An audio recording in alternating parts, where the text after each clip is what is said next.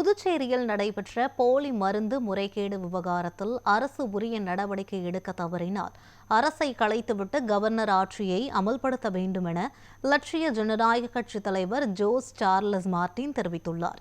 புதுச்சேரியில் நடைபெற்ற போலி மருந்து மோசடி விவகாரத்தில் சம்பந்தப்பட்ட அரசு அதிகாரிகள் மற்றும் அரசியல்வாதிகளை கண்டித்து லட்சிய ஜனநாயக கட்சி சார்பில் அக்கட்சியின் தலைவர் ஜோஸ் சார்லஸ் மார்டின் தலைமையில் மாபெரும் கண்டன பேரணி நடைபெற்றது. இதில் 3000க்கும் மேற்பட்டவர்கள் பங்கேற்று புதுச்சேரி அரசுக்கு எதிராக கண்டன கோஷங்களை எழுப்பினர். பேரணிக்கு பின் செய்தியாளர்களை சந்தித்த ஜோஸ் சார்லஸ் மார்டின் புதுச்சேரியில் நடைபெற்ற போலி மருந்து முறைகேடு மிகப்பெரிய ஊழல் என்று தெரிவித்தார்.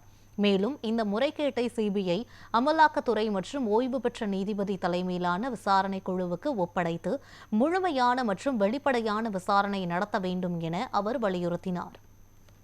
இதுவரைக்கும் ஒரு ஐஎஃப்எஸ் ரிட்டையர் ஆஃபீஸர் மட்டும்தான் கேள்வி கேட்டு இது பண்ணியிருக்காங்க, அரெஸ்ட் பண்ணியிருக்காங்க.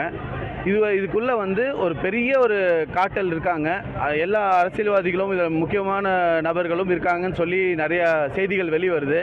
ஆனால் இது என்ஆர் காங்கிரஸ் அவங்கள அந்த சம்மந்தப்பட்ட ஏம்புலன்ஸ் பார்த்தீங்கன்னா அவர் கூடவே இருக்கார், சிஎம் கூடவே.